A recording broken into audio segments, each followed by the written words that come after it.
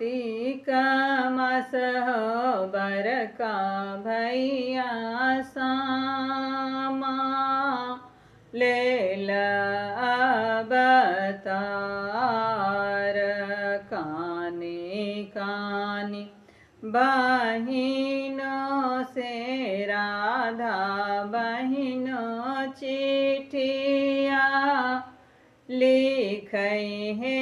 हजार से हो चिट्ठिया दी है रे हजमा बरका भैया